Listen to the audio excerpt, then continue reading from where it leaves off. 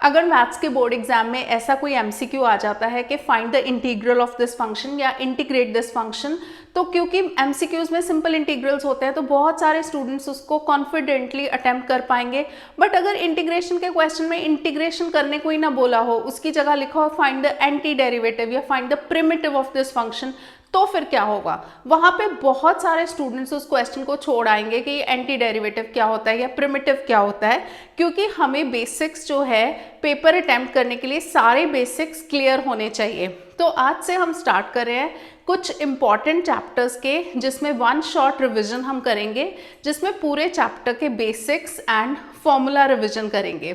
So hello everyone, welcome to your own channel Calculus with IJ. This is Indraveer jolly and ये videos को देखते रहो, क्योंकि इन videos को देख के सारे बेसिक्स अच्छी तरह से क्लियर हो जाएंगे और बोर्ड एग्जाम बहुत कॉन्फिडेंटली दे पाओगे and I am sure you will be able to score 95+।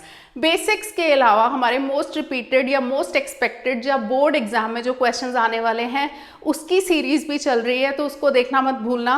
Plus उसके अलावा सारे चैप्टर्स के हमने 2024 के बोर्ड एग्जाम में जो क्वेश्चंस आए थे, सारे के सारे क्वेश्चंस हमने प्रीवियस ईयर क्वेश्चंस की सीरीज में सॉल्व किए हैं। Don't forget to check out that series also, because that is very crucial for your board exam preparation. तो आज हम स्टार्ट करते हैं इंटीग्रेशन चैप्टर के बेसिक्स एंड फॉर्मूला रिवीजन से, और थोड़े से हम टिप्स भी सीखेंगे फॉर्मूलाज को किस वे से याद रखना है। तो सबसे पहले some important terms. Integration is also called anti differentiation.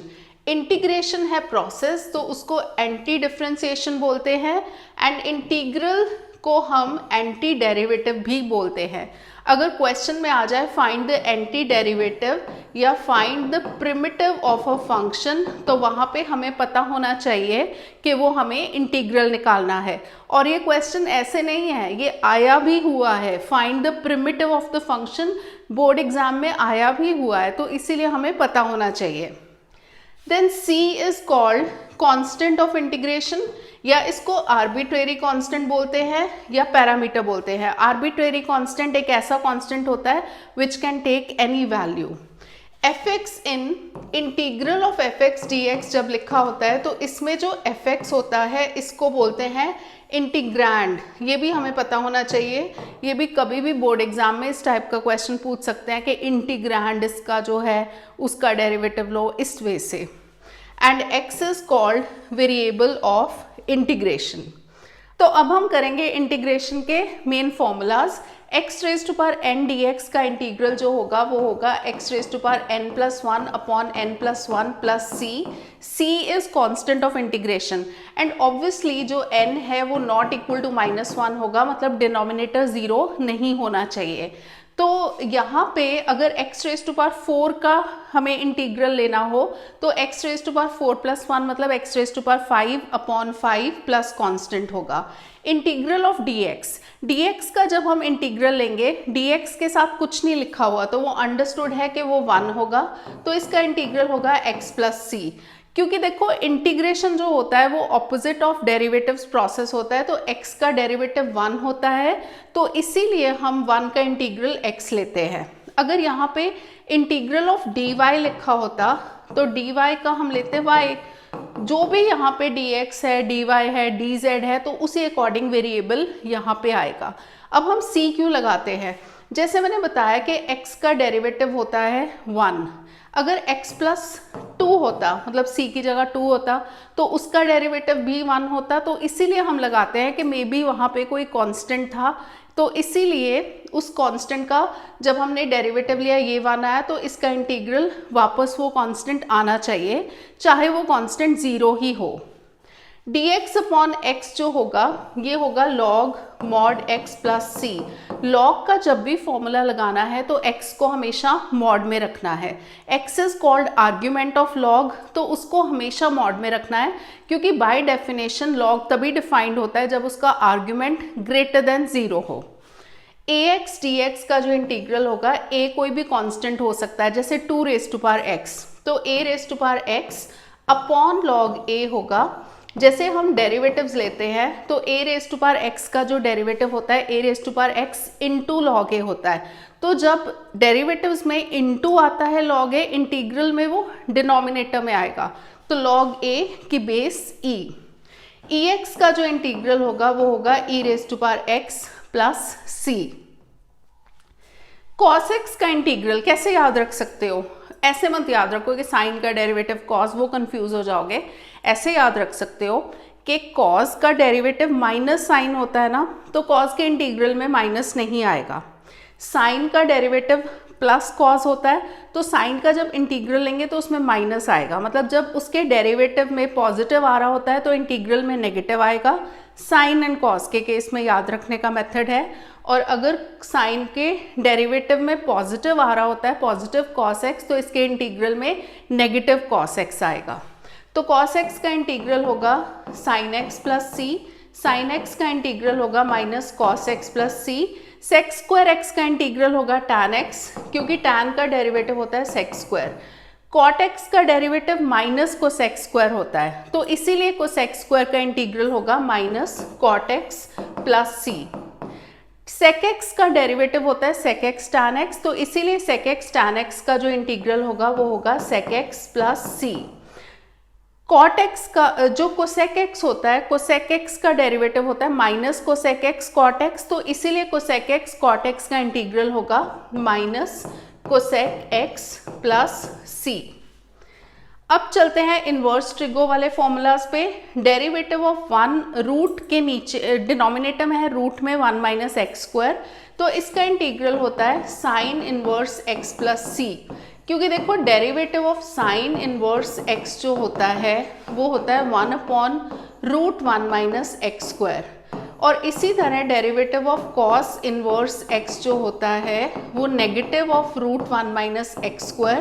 That means 1 upon root 1 minus x square का जब हम इंटीग्रल लेंगे, या तो हम sine inverse x plus c ले सकते हैं या negative of cos inverse x plus c ले सकते हैं।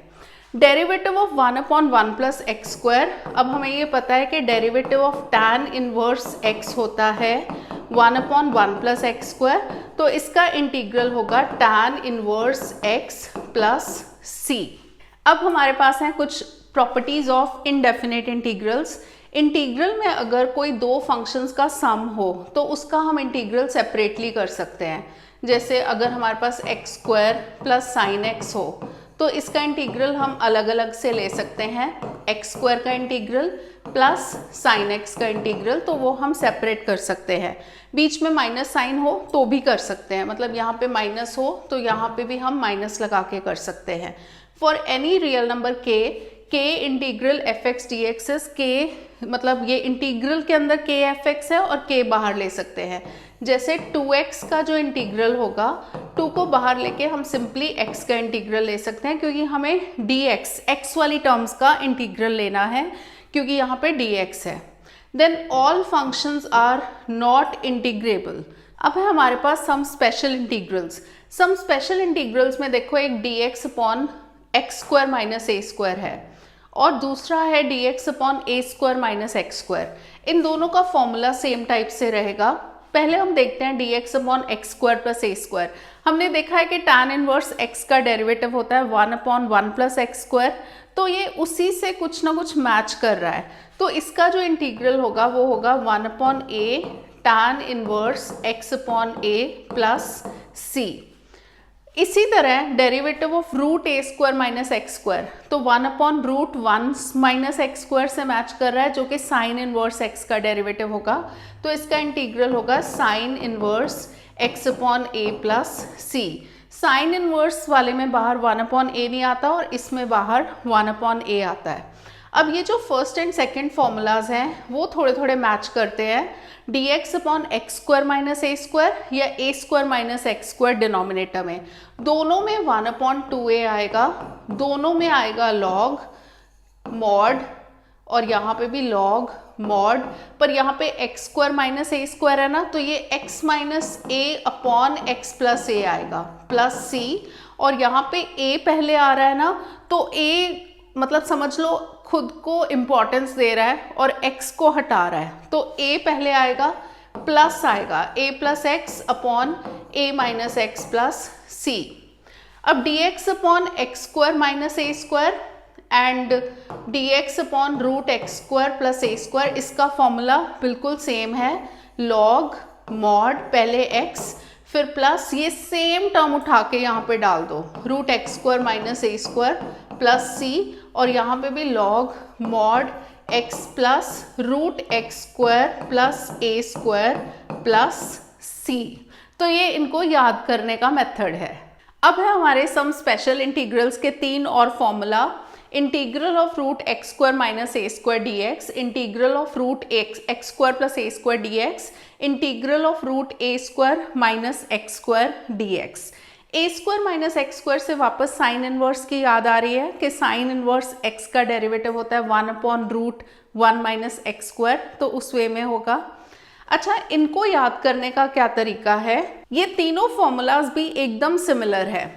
सबसे पहले सारे के सारे फॉर्मूलाज में आएगा x बाई 2, तो x by 2, x by 2, x by 2, फिर ये जो ब्रैकेट है ना इसी को उठा के एज इट इज लिख दो, root x square minus a square, और यहाँ पे root x square plus a square, यहाँ पे root a square minus x square, फिर यहाँ पे आएगा ए स्क्वायर बाई 2, बट यहाँ पे आएगा माइनस, बाकी दोनों में आएगा plus, a square by 2, A square by 2, A square by 2। First दो में आएगा लॉग, जैसे पिछला हमने किया था ना लॉग वाला, ये सेम की सेम टर्म उठा के लिख दो, तो लॉग एक्स प्लस ये term root x square minus x a square plus c, और यहाँ पे log mod x plus root x square plus a square plus c, और ये क्योंकि साइन इनवर्स की याद दिला रहा है तो a square by 2 sine inverse x upon a plus c. तो ये इन फॉर्मूलाज को याद करने का एक इजी वे है।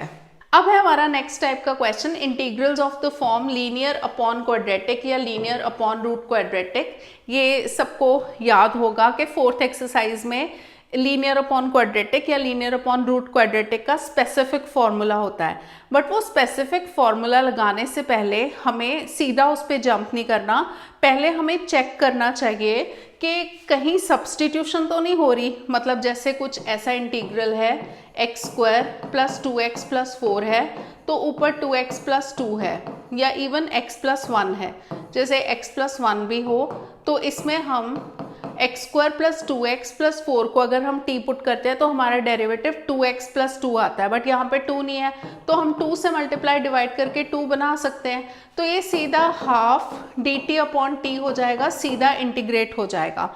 तो हमें सबसे पहले ये चेक करना है कि कहीं ये इंटीग्रेट तो नहीं हो रहा सब्सटीट्यूशन करने के बाद। उसके बाद if substitution method is not applicable, check whether numerator can be split to get two integrals. One integral is solved by substitution and second by direct formula of special integrals.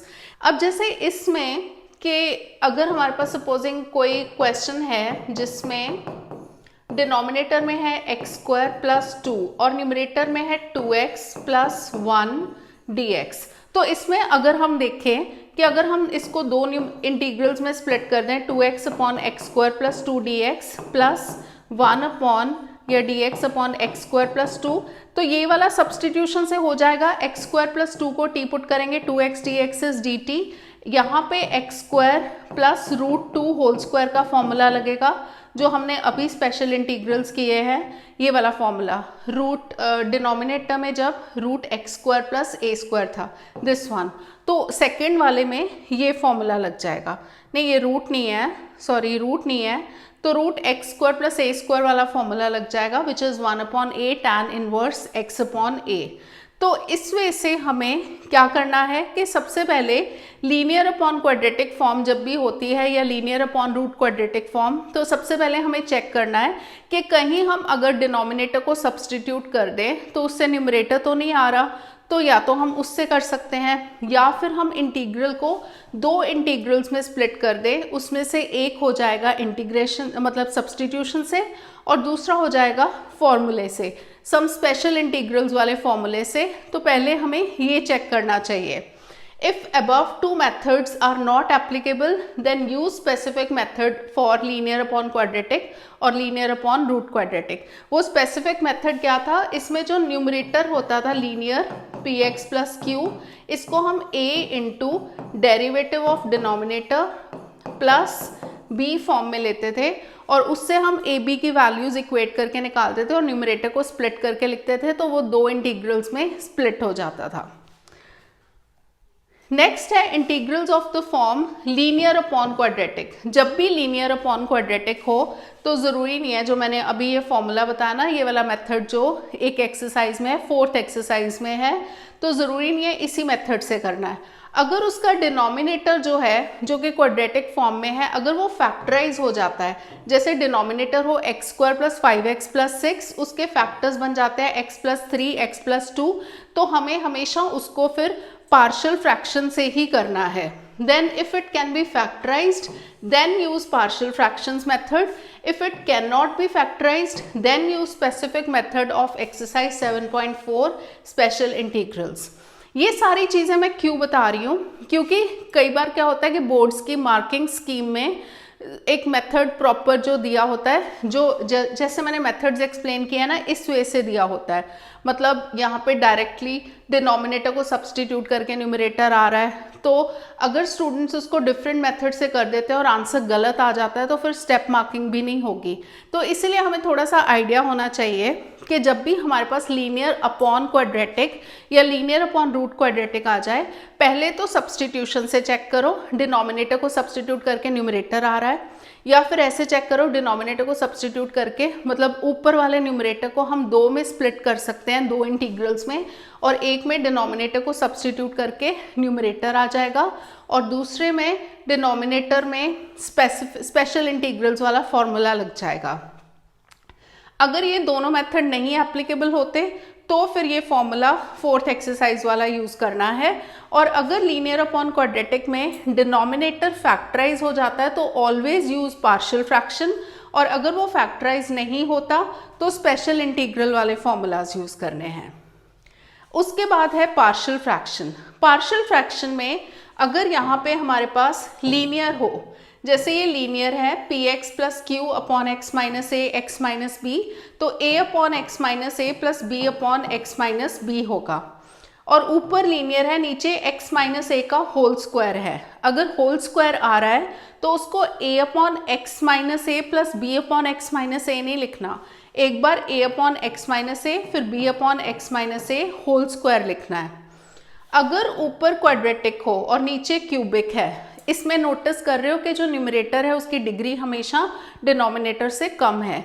यहाँ पे linear के नीचे quadratic है, ये quadratic factorise हो रहा है, यहाँ पे भी लीनियर के नीचे क्वाड्रेटिक है, ये क्वाड्रेटिक होल स्क्वायर फॉर्म में है. यहाँ पे क्वाड्रेटिक के नीचे क्यूबिक है, तो a upon x - a plus b upon x - b plus c upon x - c लिखोगे. यहाँ पे क्वाड्रेटिक के नीचे x - a whole square and x - b form में है. इवन कई बार हमें कुछ ऐसा नीचे पॉलिनॉमियल गिवन होता है जिसको हम फैक्टराइज करते हैं, तो फैक्टराइज करके हमें इस फॉर्म में अगर पॉसिबल हो तो लाना होता है, ये कंपलसरी है. तो यहाँ पे भी नीचे अगर होल स्क्वायर है और लीनियर है तो क्यूबिक हो गया ना, तो न्यूमरेटर इज क्वाड्रेटिक, तो a upon x - a plus b upon x - a whole square plus c upon x - b हो जाएगा. अगर उसकी बजाय तुम लोग a अपॉन x - b लिख लो और b upon x - a plus c upon x - a whole square, तो भी करेक्ट आंसर आएगा. मतलब ए बी जो होते हैं ना, कैपिटल ए बी, इनको इंटरचेंज कर सकते हो. उसको हमें ऑर्डर याद नहीं रखना कि पहले ए लेना है, वो कैसे भी कर सकते हो. अगर क्वाड्रेटिक अपॉन ये एक लीनियर फैक्टर है और ये क्वाड्रेटिक है, this quadratic can not be factorize, तो नीचे क्यूबिक हो गया. But this quadratic can not be factorized. अगर फैक्टराइज हो रहा है तो हमें या तो ये वाला या ये वाला मेथड अप्लाई करना पड़ेगा, मतलब डिपेंडिंग ऑन के किस वे में फैक्टराइज हो रहा है. पर अगर ऐसे आता है तो लीनियर वाले के ऊपर a लिखोगे सिंगल जो कांस्टेंट, और जो क्वाड्रेटिक है उसके ऊपर लीनियर लिखोगे bx प्लस c. इसको अगर ax प्लस b के नीचे ऐसे लिख लेते हो x² plus bx plus c, और c के नीचे x माइनस a, तो भी कोई गड़बड़ नहीं होगी, करेक्ट ही रहेगा, आंसर करेक्ट ही आएगा। तो यहाँ पे ये ध्यान रखना है कि ये जो क्वाड्रेटिक है this can not be factorized further. अब है integration by parts. Integration by parts में product of two functions given होता है, तो while choosing the first and second function method of ILATE is used. तो आइलेट में I stands for inverse trigonometric function, L stands for logarithmic function, A stands for algebraic और polynomial function. Inverse trigonometric जैसे sine inverse x हो गया, logarithmic function log x हो गया, then algebraic और polynomial function जैसे x² + 2 हो गया। Trigonometric function is t, e is exponential function जैसे e⁻²x, ऐसा कुछ function. The function coming first in ILATE is taken as first function और दूसरे वाले को सेकंड फंक्शन लेना है। मतलब हमारे पास अगर कोई ऐसा आता है ना कि log x इंटू x है, तो x इज अलजेब्राइक फंक्शन और log x is logarithmic function.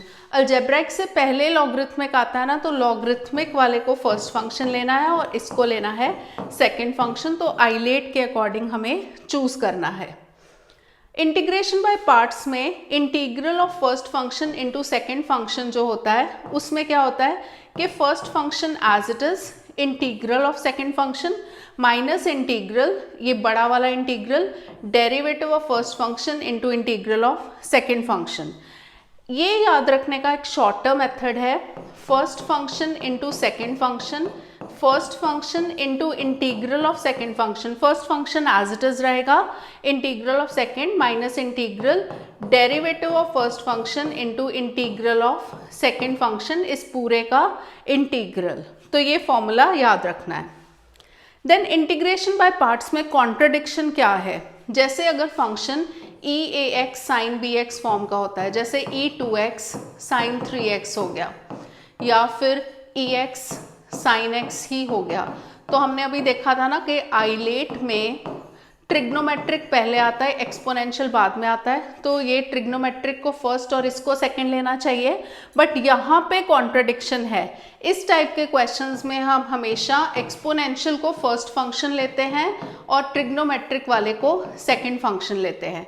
तो यहाँ पे e(ax × sin bx में फर्स्ट सेकंड, और यहाँ पे भी ये फर्स्ट और यहाँ पे सेकंड। देखो अगर ex sin x हो, सिर्फ e की कोई पावर्स ना हो, फिर तो हम किसी भी वे से कर ले हमारा आंसर ठीक आ जाएगा। बट कई बार क्या होता है कि e⁻²x है, sin 3x है, तो फिर हमें हमेशा ये कॉन्ट्रडिक्शन वाले मेथड का फॉलो करना चाहिए। मतलब इसको सेकंड फंक्शन नहीं लेना, इसको फर्स्ट फंक्शन लो, इसको सेकंड फंक्शन लो, नहीं तो क्वेश्चन बहुत कॉम्प्लिकेट हो जाएगा। Then integration by parts is not applicable to product of functions in all the cases. जैसे इसका एक बहुत क्लासिक एग्जाम्पल है √x sin x, तो ये बाय पार्ट्स पॉसिबल नहीं होता है। इसको सॉल्व करना ज़रूरी नहीं है कि कुछ भी आ जाए सॉल्व कर लो, बट हमें उसकी चिंता करने की ज़रूरत नहीं है, क्योंकि हमारे बोर्ड एग्जाम में अगर इंटीग्रेशन बाय पार्ट्स वाला कोई क्वेश्चन आता है तो ऑब्वियसली सॉल्वेबल होगा। वहाँ पे हमें दिमाग लगाने को नहीं बोलेंगे कि हम सोचें और ये बोले अच्छा ये तो सॉल्वेबल ही नहीं है, ऐसा तो होगा नहीं ना, सॉल्व ही होगा। देन ex इंटू, ये सबसे फेमस फॉर्मूला है, fx plus f'(x) dx is equal to ex fx plus c। अगर हमारे पास ex वाले इंटीग्रल के क्वेश्चन होते हैं और वहाँ पे sum of two functions given होता है, जिसमें से एक फंक्शन दूसरे का डेरिवेटिव है, चाहे वो डायरेक्टली गिवन हो या फिर उसको थोड़ा सा सिंप्लीफाई करके डेरिवेटिव फॉर्म में लाना पड़ेगा, तो इस टाइप के क्वेश्चंस भी बहुत इंपॉर्टेंट है। तो इसका आंसर होगा ex fx plus c। Second fundamental theorem of integral calculus, मतलब डेफिनेट इंटीग्रल्स में जो यूज होता है, f is a continuous function defined on the closed interval a b. Closed interval पे कंटिन्यूस है, and f is an anti derivative of f। Capital F is an anti derivative of f। Anti derivative मतलब integral of f, anti derivative integral, primitive मतलब integral. तो ये जो A B जिस पे ये कंटिन्यूस है, तो a टू b अगर हम इंटीग्रल fx का जो इंटीग्रल अगर कैपिटल fx आता है तो उसमें हम लिमिट्स लगाते हैं a टू b, फिर हम अपर लिमिट पुट करते हैं फिर हम माइनस लोअर लिमिट पुट करते हैं। ये तो सिंपल वही है कि जो हम डेफिनेट इंटीग्रल करते हैं। बट अगर क्वेश्चन आ जाए कि using second fundamental theorem of integral solve this integral, integral तो सॉल्व करना आता होगा, जैसे 2 to 3 log x का जो इंटीग्रल है dx वो तो सॉल्व करना आता होगा। बट अगर आ जाए using second fundamental theorem of ये जो कैलकुलस, तो बहुत सारे स्टूडेंट्स हो जाएंगे कंफ्यूज। तो इसलिए पता होना चाहिए कि जो हम डेफिनेट इंटीग्रल के क्वेश्चन करते हैं ना, इंटीग्रल लेके अपर लिमिट लगाते हैं फिर माइनस लोअर लिमिट लगाते हैं, तो that is second fundamental theorem of integral calculus. This theorem gives us a method of calculating the definite integral easily. Some properties of definite integrals, अगर a to b fx dx होता है तो वो a to b मतलब हम पूरा का पूरा इंटीग्रल के सारे वेरिएबल्स चेंज कर सकते हैं, तो उससे इंटीग्रल पे कोई फर्क नहीं पड़ेगा। तो इवन जैसे अगर हम जैसे x का इंटीग्रल ही लेते हैं तो x² आएगा, अगर ये 1 to 2 है तो ये 1 to 2 आएगा। तो जब हम वैल्यू पुट कर देंगे तो x की वैल्यू तो पुट हो ही जाएगी ना, 4/2 - 1/2, तो 2 माइनस हाफ आएगा विच इज 3/2। अगर इसकी जगह t dt होता 1 to 2 तो भी सेम ही आंसर आता, तो वेरिएबल चेंज करने से कोई फर्क नहीं पड़ेगा। Integral a to b fx dx is equal to minus b to a fx dx, मतलब अगर हम लिमिट्स चेंज कर देते हैं इंटीग्रल की तो whole integral gets multiplied by negative sign. a to b fx dx is a to c fx dx plus b to c to b fx dx। जैसे a to b जो third property है fx dx होता है, अगर a and b के बीच में कोई c हो तो a to c fx dx plus c to b fx dx में हम उसको चेंज कर सकते हैं। ये स्पेशली एप्लीकेबल होता है मॉड्यूलस फंक्शंस में।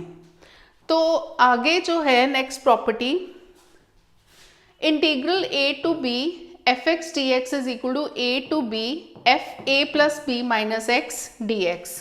जैसे 2 to 3 fx dx है ना, तो हम इसको लिख देते हैं 2 to 3 f 2 plus 3 minus x dx। मतलब यहाँ पे मैंने ऐसे एग्जाम्पल बताया है, बट ये पर्टिकुलर क्वेश्चन में यूज होगा जहाँ पे भी मतलब कुछ ऐसा हो कि a plus b minus x लगाने के बाद x ही आ रहा हो। सपोजिंग यहाँ पे हो -2, यहाँ पे हो 2 fx, तो जब हम इसमें ये प्रॉपर्टी लगाएंगे तो -2 + 2 प्लस x होगा -x होगा, तो वो f - x बन जाएगा। मतलब किसी पर्टिकुलर सम में स्पेसिफिक वे के लिए हम लगा सकते हैं ये प्रॉपर्टी। पर जो सबसे ज़्यादा यूज होती है 0 to a fx dx is equal to 0 to a f a - x dx। x की जगह a - x आ जाएगा।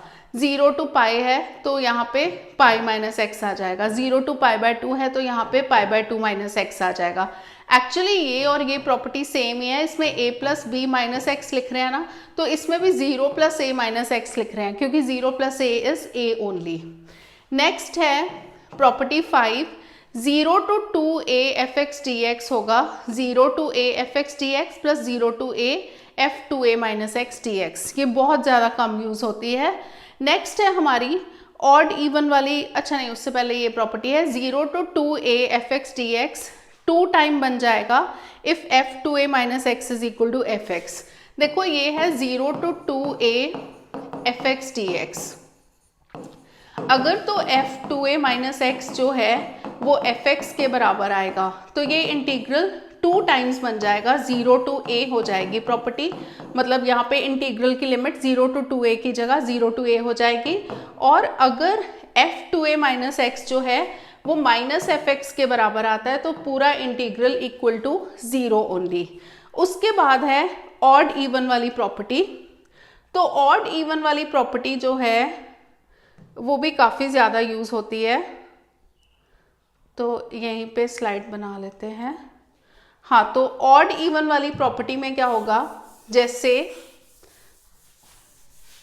सबसे पहले इवन फंक्शन क्या होता है, इवन फंक्शन के लिए क्या होता है, एफ एट माइनस एक्स जो है वो एफ एक्स के बराबर होता है। एंड ऑड फंक्शन की डेफिनेशन क्या होती है, एफ एट माइनस एक्स जो है वो नेगेटिव ऑफ एफ एक्स के बराबर होता है। तो यहाँ पे जब हम इवन ऑड वाली प्रॉपर्टी लगाते हैं तो ये होगा zero minus a to a f x d x.